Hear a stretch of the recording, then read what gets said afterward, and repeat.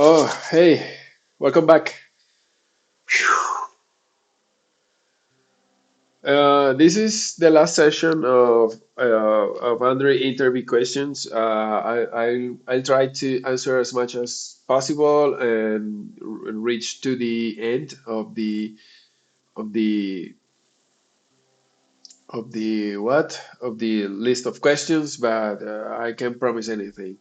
What I want to do is I would like to uh, say the interviewer, I'm sorry because I I wasn't a little rude when I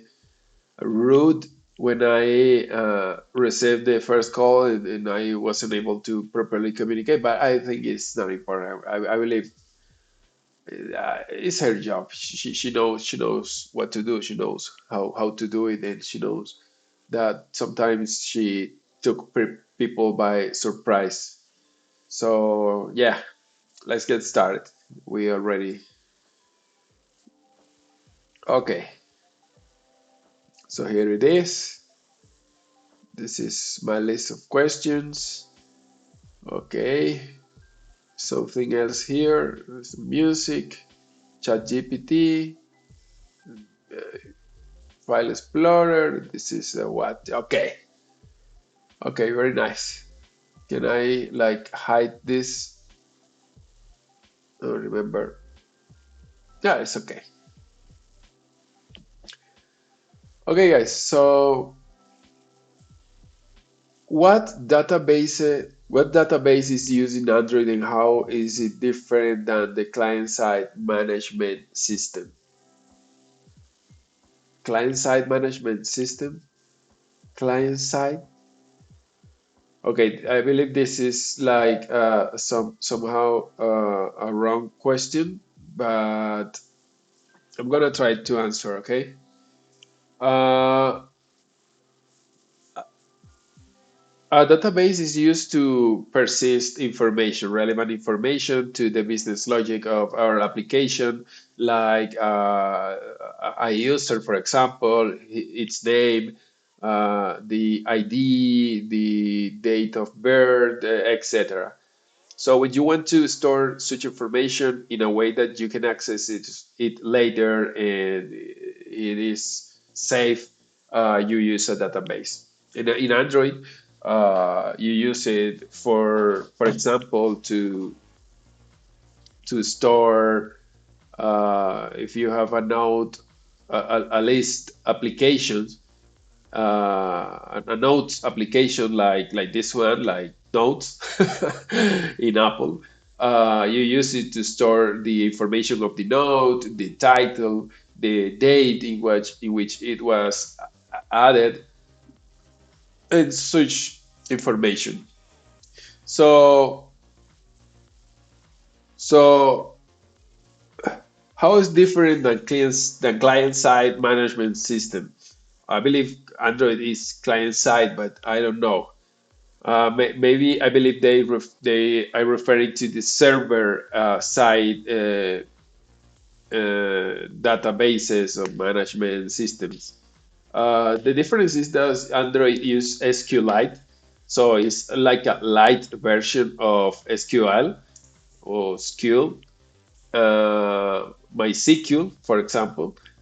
So it has some restrictions. I don't have it. I don't have them right now in my mind, but uh, that's the main fuck. Sorry, that's the main takeaway from this. Let's ask to ChatGPT what this. Okay. Uh-huh. Of course, you can use Room in an Android application to make the database queries and and inserts and everything easier. SQLite is the database used by default, almost by default in Android. It's lightweight, it's embedded SQL database engine built into Android, no need to install. Perfect. This is nice. Provides full relational database features with table index joins, etc. You can use it directly via SQLite Open Helper, low level boilerplate heavy. So, or via Room, which is Android official abstraction layer over SQL. So Room facilitates using SQL and making data requests and everything to the database and insertions and updates. Uh, Uses annotations for queries. uh, yeah, you annotate every method like this is an insert method, this is update method, this is delete method. Enforce compile time verification of SQL. You need to define an interface that is a DAO. And you need to define entities to properly tell the database how the information is going to be organized. In this case, is a user ID and a name, and you then uh, uh, construct the database, which is an abstract class app database. This is the name you choose. It stands for group database. Um, you define the abstract fund user DAO, which allows you to access to that database and make all the operations. How is this different from data from client-side management system? Let's compare Android SQLite versus traditional client-side databases like Index Database, Local Store, or even Core Data on iOS. Okay, so you have Android SQL Room, Android only, client-side system, Index Database, varies. Okay, Android is client-side also, but it's a different client-side database. It's SQL, this varies, core data, blah, blah, blah. This is some iOS stuff, I guess, and web. Usually browser, app, sandbox, file system, bucket, persistence, type safety, room, yes. Often no, depends on the implementation. Threading, manual, SQLite, automatic, room. Yeah, you just need to launch this on a secondary on a secondary on a coroutine in a IO pool. Depends on the platform. Data schema enforcement, yes. SQ, yes. Room, SQLite constraint. Sometimes flexible loose. Optimized for mobile, yes. Not always. I believe that this question is not that relevant. Tell me about the important files and folders when creating new Android application. Important files and folders. Important files, the main activity. You need to have all at least one activity, even if you are using Jetpack Compose. So the main activity is a really important file. The manifest is an important file where you define permissions like internet permissions. For example, you define services. You define you there allow for uh, broadcast receivers and so on and so forth. Uh, another important files is the Gradle, the Gradle, the project and application Gradle, where you define the libraries used by your application, but you define also the version of Java, of the JVM, uh, Java Virtual Machine. You define the SDK against your application is compiled. You define also flavors. You define variants and other stuff. Folders, important folders is it are important folders, Java and Kotlin folders, which are the place to to add your classes, to put all the logic of your application. Another important one is the resources folder, which are all the XML files, strings, values, possibly some predefined margins or paddings for between all the components of your application. Yeah, is there another folder I'm missing?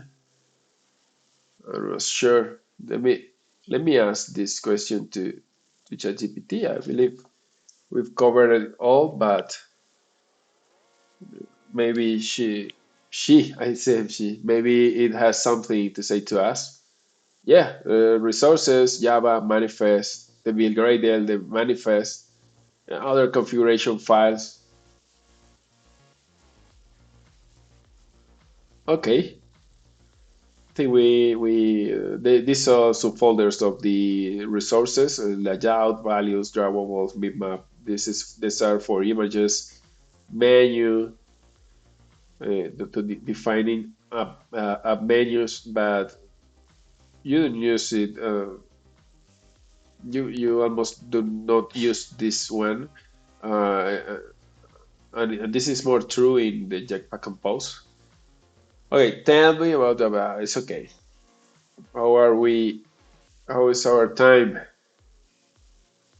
2 minutes. We have 18 more. How would you describe Android to someone without a technical background? Android is SO.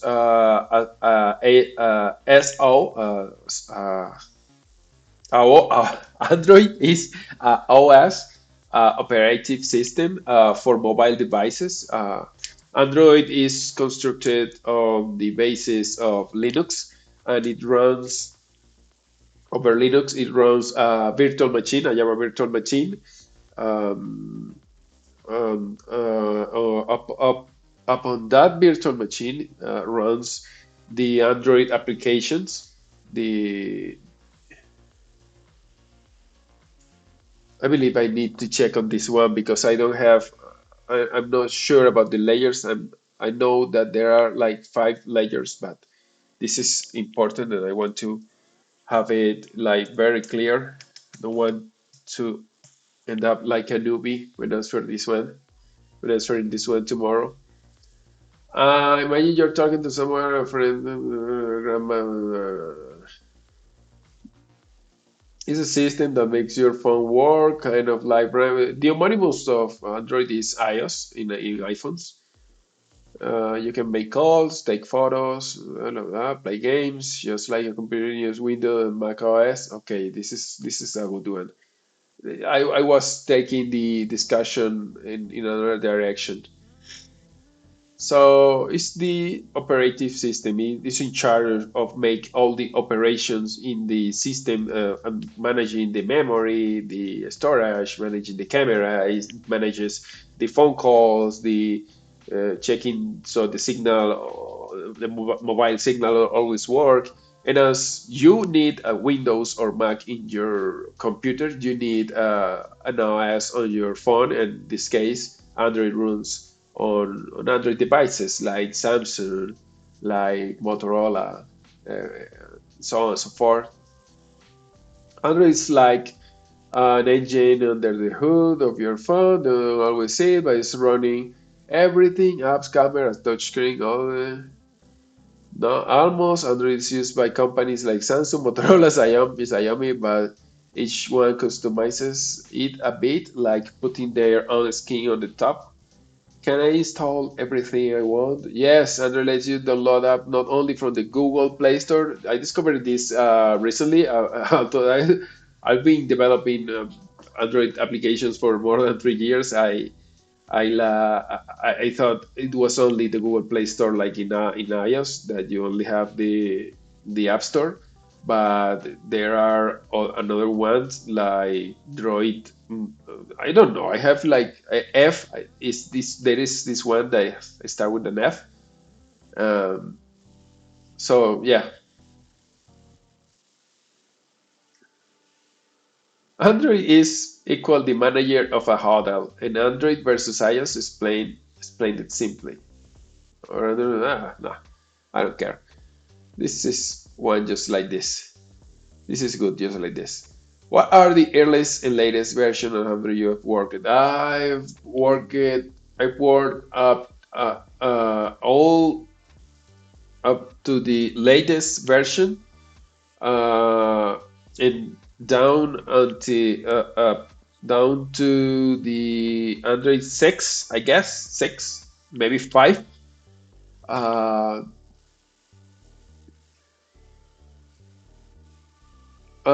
so it is very important. It's a very important topic because Android applications are very sensitive to the API. So if you are talking about Android 6 or talking about Android 15, you need to take care of some things in one and others in the other. So, for example, like we seen in the early video, the broadcast receiver for Android under 26, API 26, level 26, you didn't need to to declare the broadcast receiver dynamically. You just need to declare it in the manifest, and you were good to go.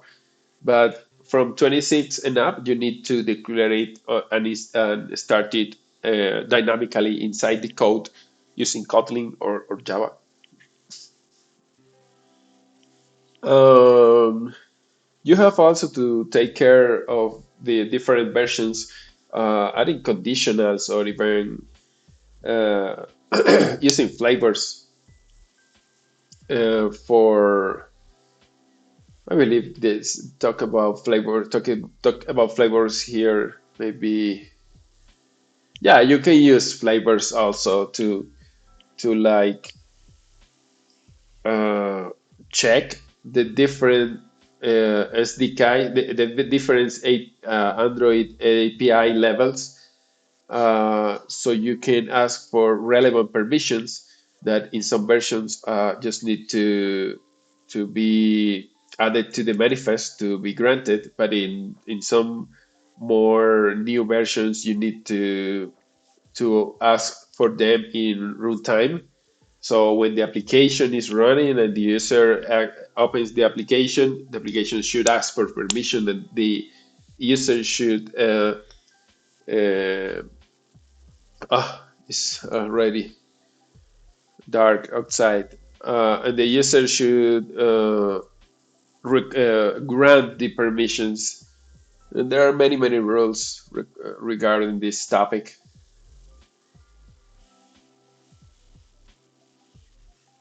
What steps can you take to avoid application is not responding error when working in Android? Here, the UI thread is like the sacred is sacred is sacred. Uh, if you don't know how to use coroutines and manage and where to send each different task, you may end up like blocking the main thread, which will render the application unusable because the application will start like skipping frames on the screen just because it's trying to calculate something on the background on the main thread that should be done on the background in the secondary thread. Uh, so there, the proper management of coroutines and the way in which the view model communicates to the view is like the key.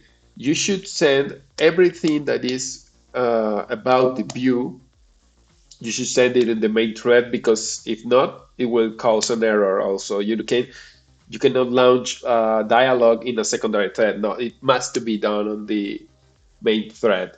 When you are updating the view, like a text, like an image, like a button, you need to make it on the main thread.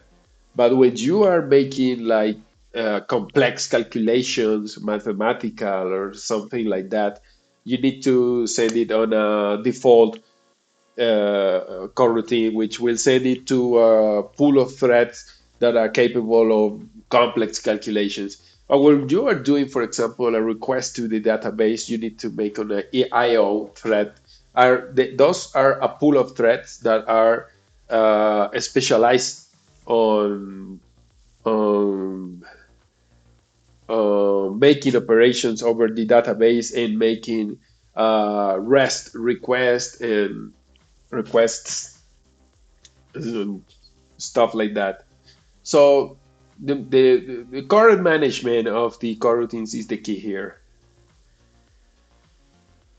If an application you develop it in Android frequently crashes, what step can you take to identify the fix and fix the issue? So guys, we are in the final.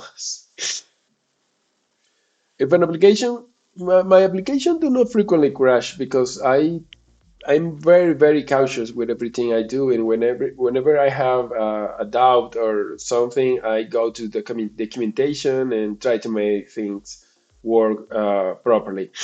However, sorry.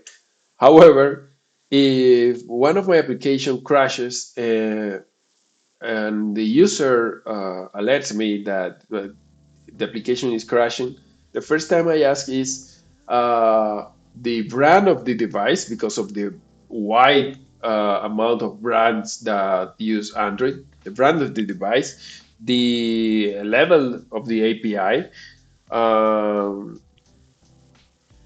and, and if possible, if I get access, the logs of the application will be useful to track what is the problem. And then I go to my Android Studio and set up.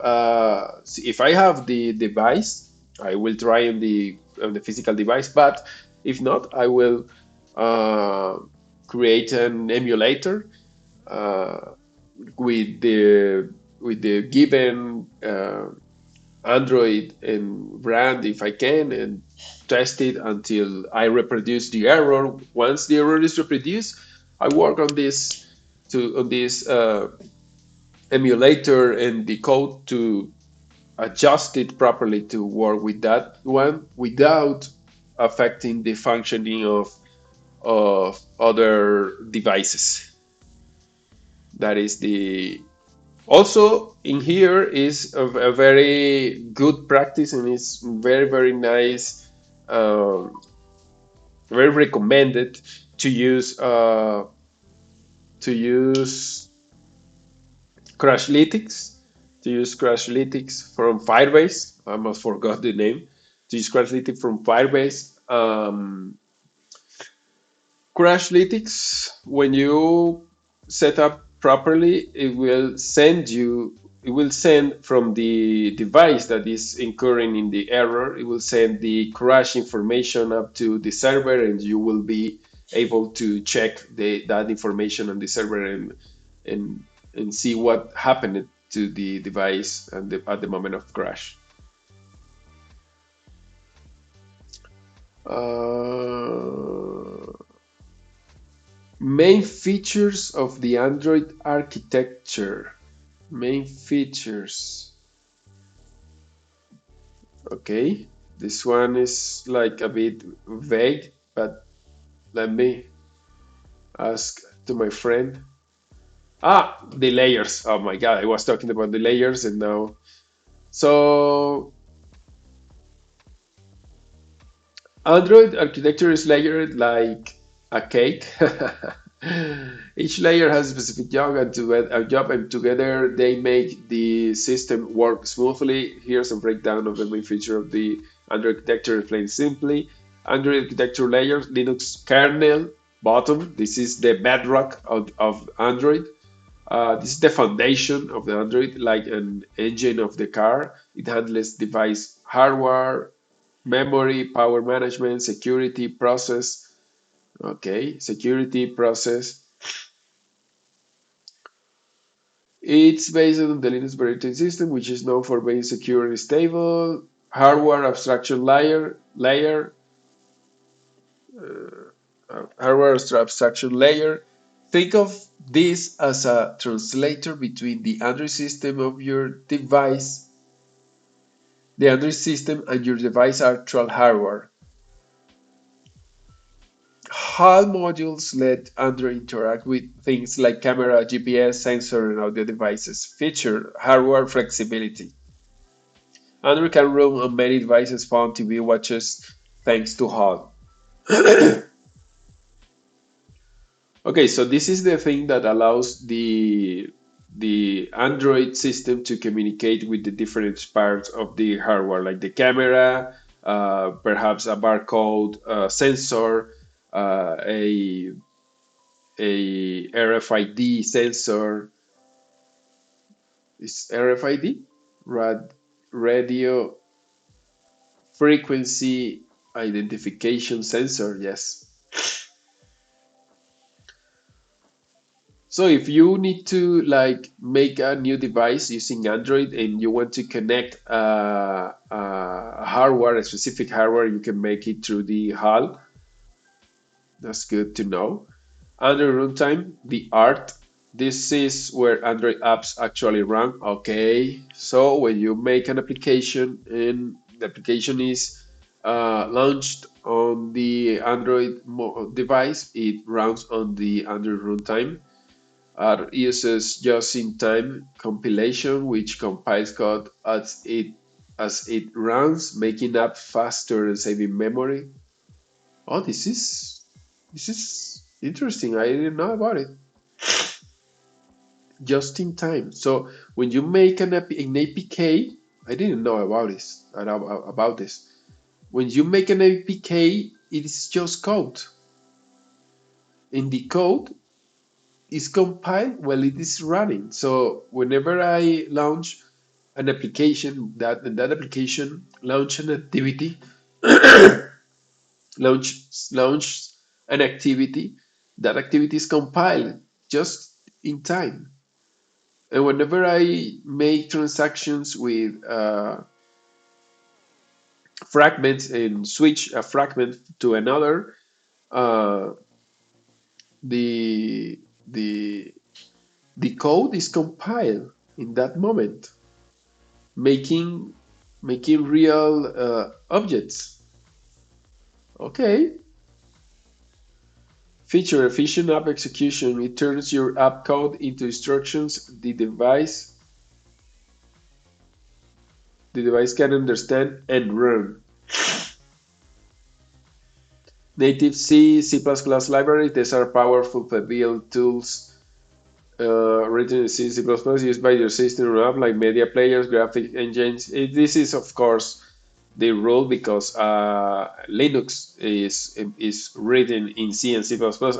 I'm curious what will happen with this now that Linux is switching to Rust. Linus Torvalds has already committed to switching Linux to Rust.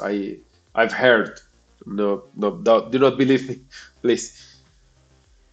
OpenGL for graphics, WebKit for web rendering, SQLite for local database storage, feature performance optimization, using native code for performance critical part of the system.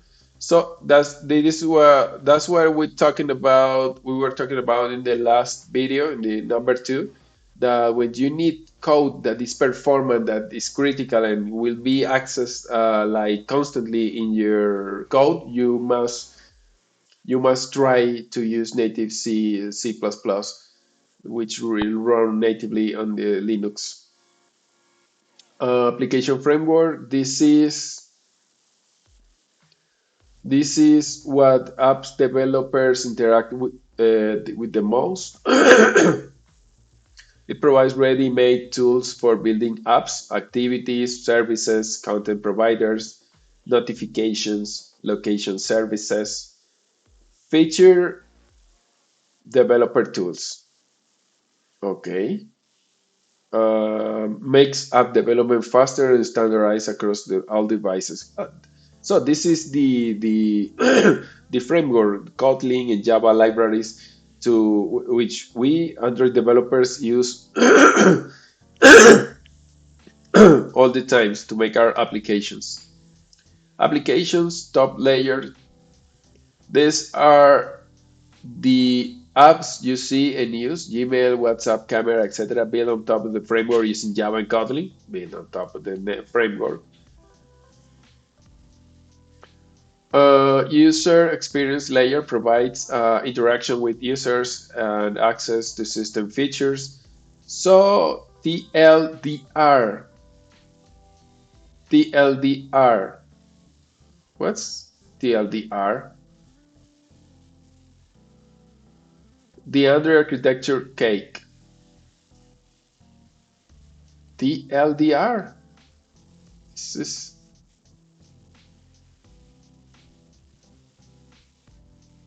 what's TLDR? Did I read TLDR and didn't? Okay. The Android architecture cake. Applications, so top layer, user inter user facing apps, UI interaction, framework, tools and API for app developers, runtime and libraries, execute code and boost performance, executes code and boosts performance, whole hardware abstraction layer connects the Android to device hardware, Linux kernel, core system operations, and hardware management. Okay, so we have from the bottom up, we have Linux kernel, hardware abstraction layer, runtime and libraries, framework, and applications. Okay,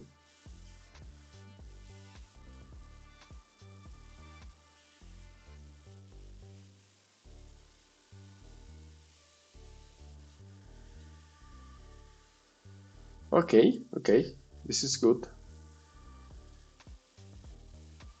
What are coroutines? Oh my God, coroutines are not the same as threads.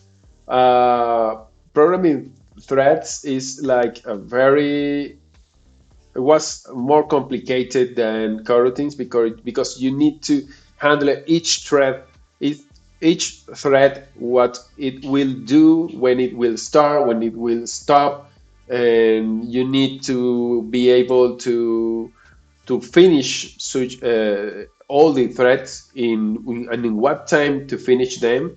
So all the operations you are performing are finished, and you get the responses and everything. You need to handle everything like manually, but coroutines had an advantage, and coroutines are like abstraction layer on top of threads.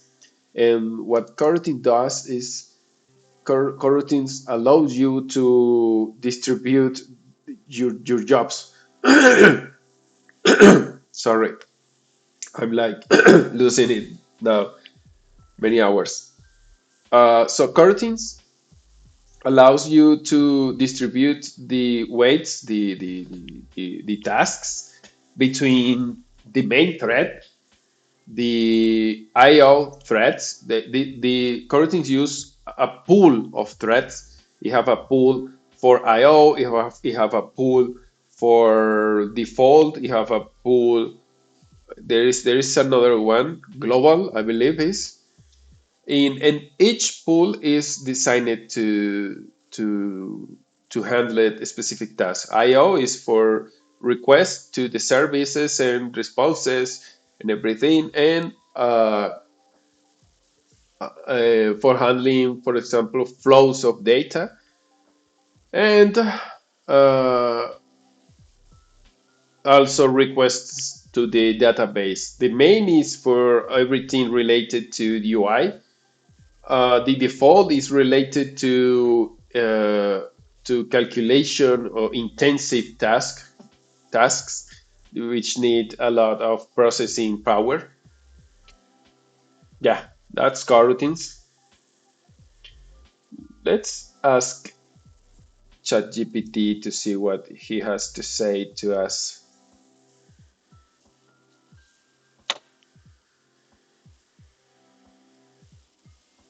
I'm a little tired.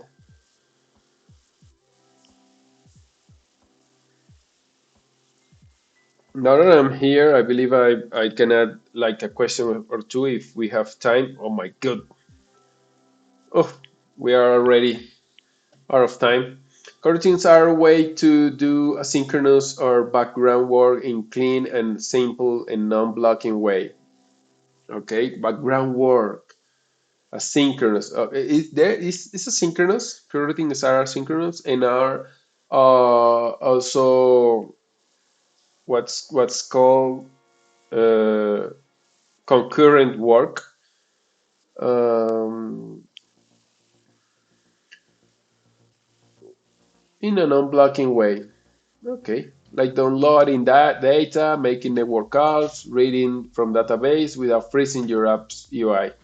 Think of coroutine like a smart task that can pause, do something in the background, and come back without making a mess of your code.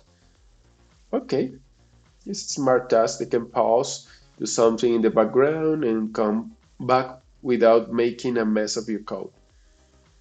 Traditional async code like callbacks and threads can get messy, especially with nested calls, often called callback hell. Yeah, when you don't know when a callback will be executed in when it may be executed in a time which your application is not expecting it. So making or maybe you cannot follow the flow of your application because you don't know exactly when the callback is going to be executed because the thread can be like put on hold for a lot of time for a long time. Making code sequential even when it's asynchronous. Okay, this is good. Yeah, because you can make your code to wait for a coroutine. You can make requests to the service and continue the execution of your code sequentially. And when that service responds, you can trigger that response into the UI using the view model and a flow, a state flow, for example, or a shared flow. Reducing boilerplate.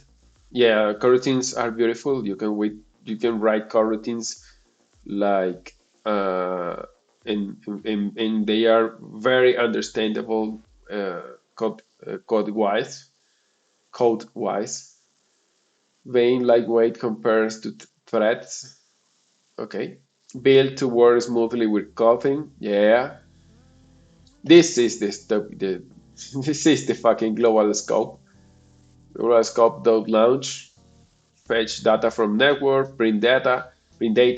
This code is inside this coroutine, which is will be launched on a thread. The coroutine framework is going to decide which one after you declare it, of course. It will ask for this data and will wait until this data is stored in the data value, and then we'll print that data. But if you have code down here after the global scope dot launch, you have code here. Um, the code will continue its execution, so this data might be printed after some other instructions are executed. Oh, inside the lounge, you can do whatever you want inside that lounge. It works beautiful. suspend any function that uses coroutines and expect the execution of that coroutine. For example,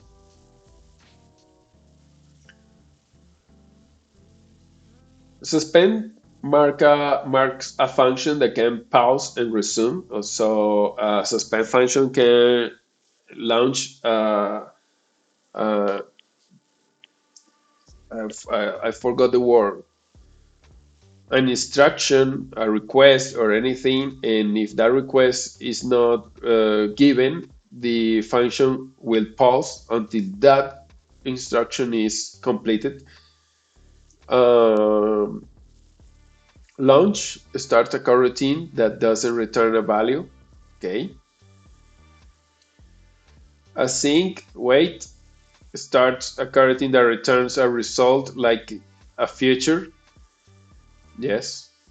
With context, switch between threads, between pools of threads, from main to IO to default.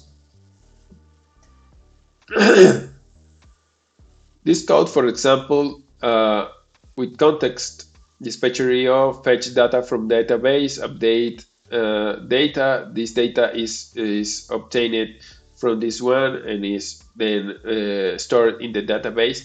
But as you call this with context in here, this only can happen in the context of a coroutine. So this function must be suspended because this function will stop here and resume when the fetch data returns to data and then executes the update UI. And this, of course, is running. Maybe it depends. It says runs on main thread, but it doesn't. No, not necessarily, because you can launch this on a coroutine on main thread, and coroutines can also be launched on main thread. Dispatcher main, UI operation, dispatcher AO, file and network. Okay, file and network is better. Dispatcher default, CPU heavy work, and sorting, parsing.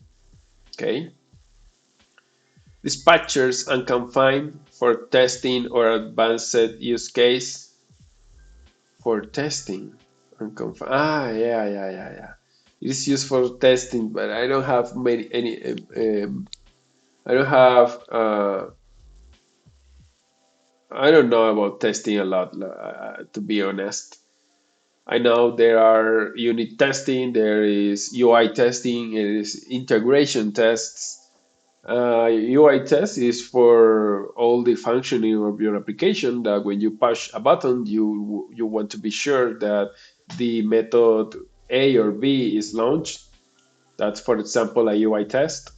Integration unit tests are for testing every function or method, and check that they are working properly, they are returning as expected, the values as expected, the responses are as expected.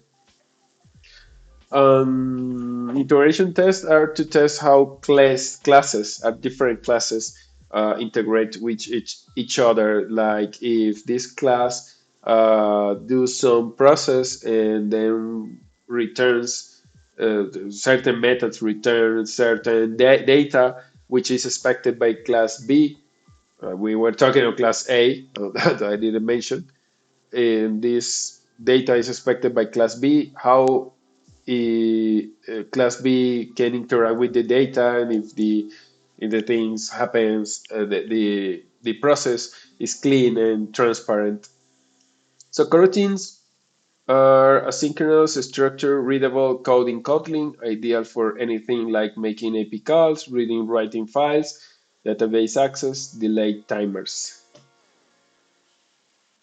Dependency injection, my God. Dependency injection uh, is a pattern. It's a it's a design pattern to apply the inversion of control inversion of control, dependency inversion of control uh,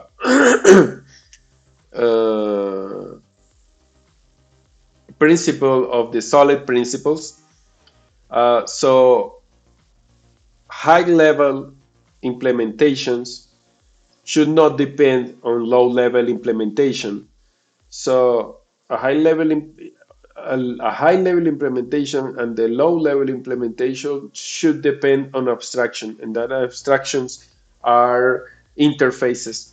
So you define an interface and an implementation to that interface, and then use dependency injection to inject such such implementation through the abstraction to the interface in the other class, in the high level implementation. So dependency injection takes care of the dependencies, of course. It is in charge of instantiating the dependencies, uh, and then looking for them when I need it on a high level module, for example. Let's let's ask the question in here. Uh, Last one, guys.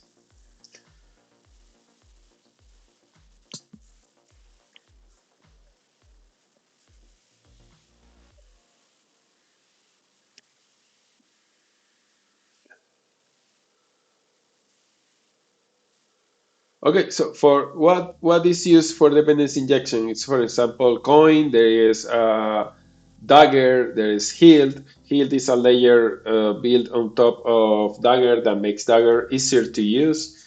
A difference between coin, for example, and Hilt is that coin it checks the dependencies on runtime, while Hilt checks them on compile time. So whenever Hilt says everything is okay when you compile, your app is almost granted. Your app is granted not to fail due to dependency uh, to dependency uh, injection. But Coin, on the other side, checks the dependencies and how to instantiate them when the app is running. So, what's dependency injection? Dependency injection is a way of giving an object the things it needs to do its job. It cares for the dependencies rather than making it build those things itself. Because if you don't use dependency injection, you need a view model inside an activity, and then you must to instantiate that view model in the activity, and and feed that view model. When instantiating, you need to put in there the dependencies to that view model. So it makes the activity like bigger and bigger, and keeps instances of the view model, while dependency injections do it on its side, and whenever I need that dependency injections simply provides it.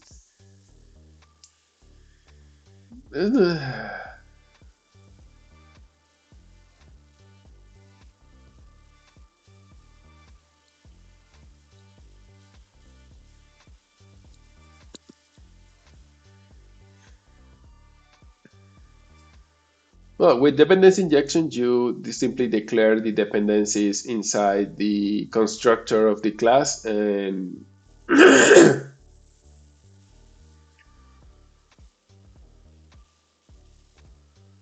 declare these dependencies on the constructor of the class, and the dependency injection engine is in charge of providing it. If not, if you don't do that this way, you need to instantiate the dependence inside inside the the class in question. I'm really tired. I don't know what I'm doing. Yeah, yeah. I don't know what I'm doing.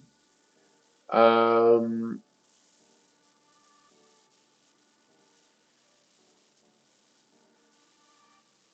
yeah, this is an example with Hilt. You must to mark your application class with Hilt Android app. You need to add the labels module and installing the in the app module, and here is where you define all your dependencies.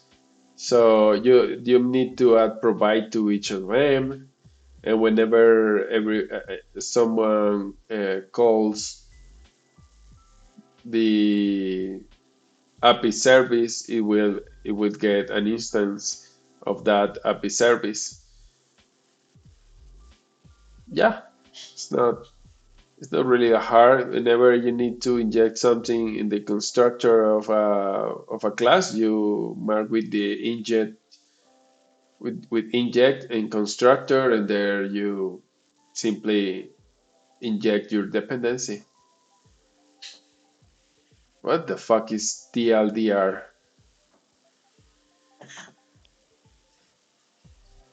As this is the number three video, oh my god, we are already like a lot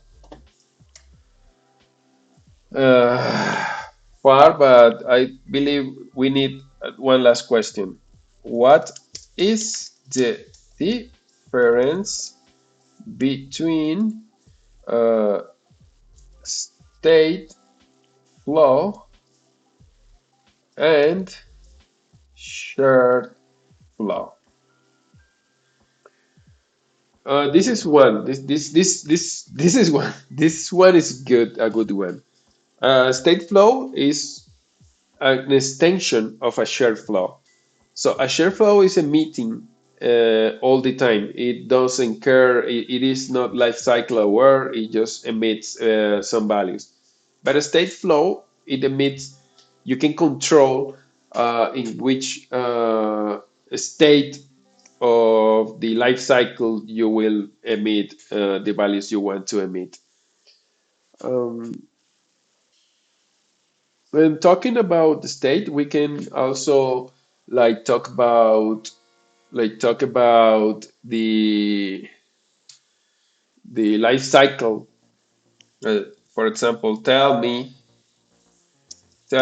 about the life cycle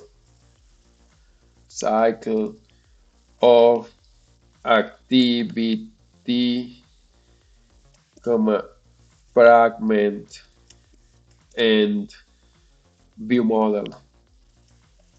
Okay, so each one of these classes have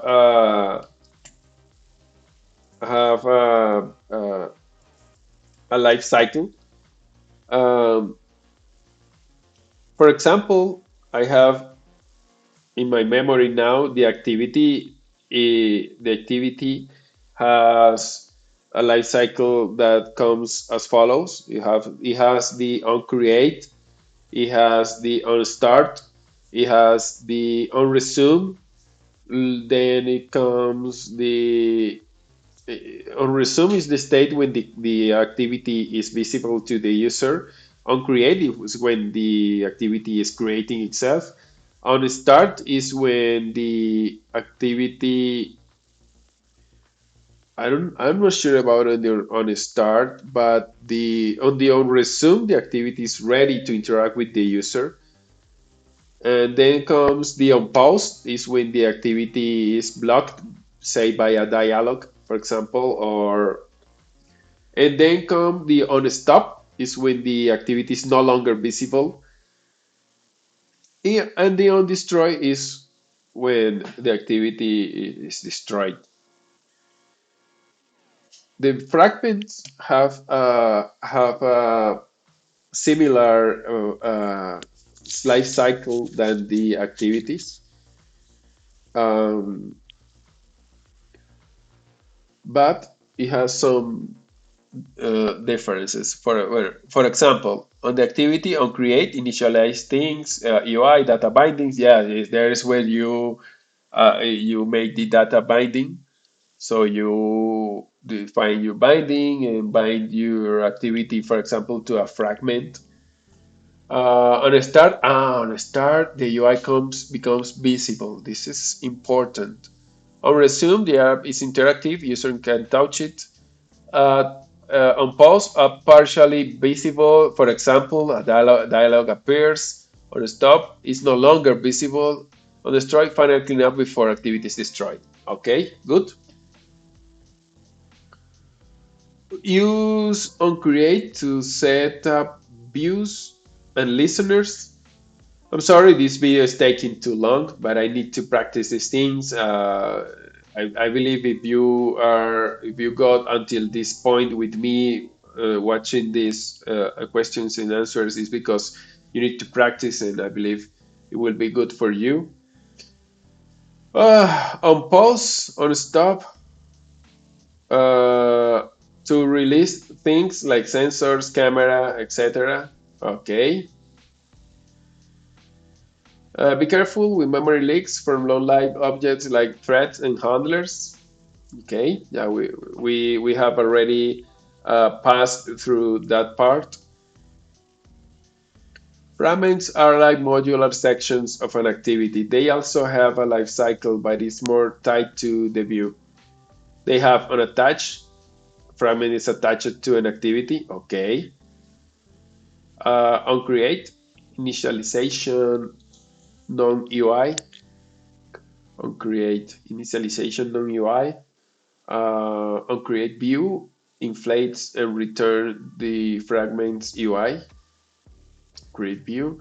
On view created, the view is ready. Bind UI elements here. Yes. The most used are maybe the onCreate sometimes, but you use more often the onCreated view and non-view created. Is where you inflate. You inflate. This is the most important. This is one of the important. This is the important. Those are the important ones. On view created, view is ready. Bind UI elements here is where you like use the bindings to get your buttons, your text views, your text box. I don't remember how it's called. On start, on resume, on pause, on stop. Those are the same as the activity. So on destroy view, clean up UI related things. You null all the view bindings. On destroy is the same as the class. Here is where you can remove the listeners and register the receivers. On detach fragment is detaches from the activity. So we have at first on attach is different, then on create, then we have on created view, on view created, then we have the same as in the activity, on start, on resume, on pause, on stop, then on destroy view, on destroy, on detach. Okay. Be sure to clean up reference on destroy view to avoid memory leaks, especially with view binding. So in the activity, you need to clean up on the on destroy method, but in the fragment, you need to clean on the on destroy view. Yeah, I don't know why, but view model life cycle. View model is designed to outlive configuration changes like screen rotations and hold UI related data. So it has activity created, view model is created. When the screen is rotated, view model survives and retains data. Activity finished, view model is destroyed. View models are attached to activities. And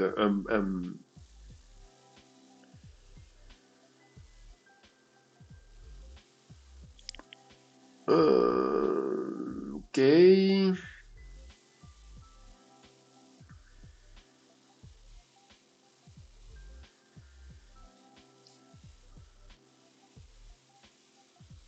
Okay. View model is created alongside with the activity, survives all the the changes in the screen, uh, and when the activity is finished, view model is destroyed.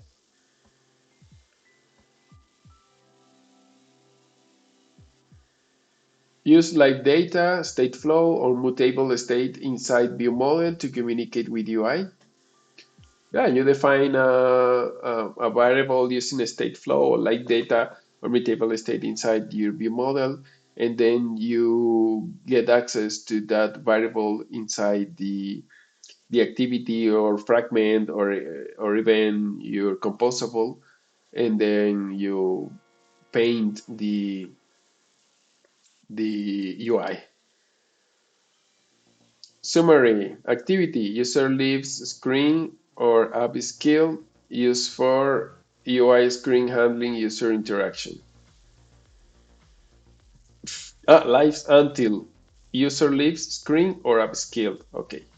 Fragment UI component within activity.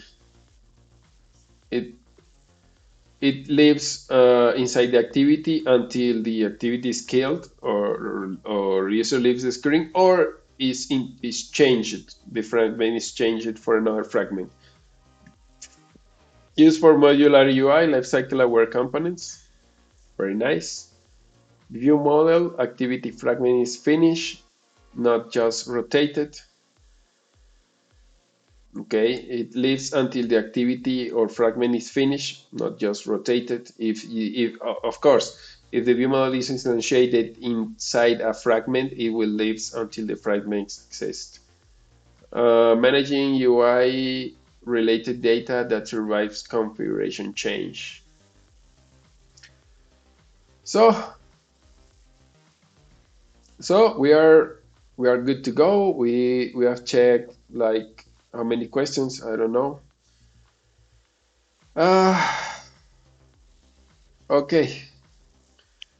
So guys, I'll be presenting my interview tomorrow. I'm gonna share the results of that interview.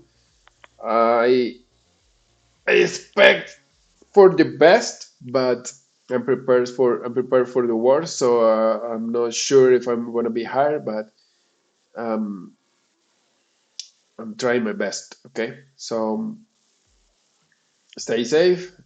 See you in the next. Bye bye. Sorry for the long video.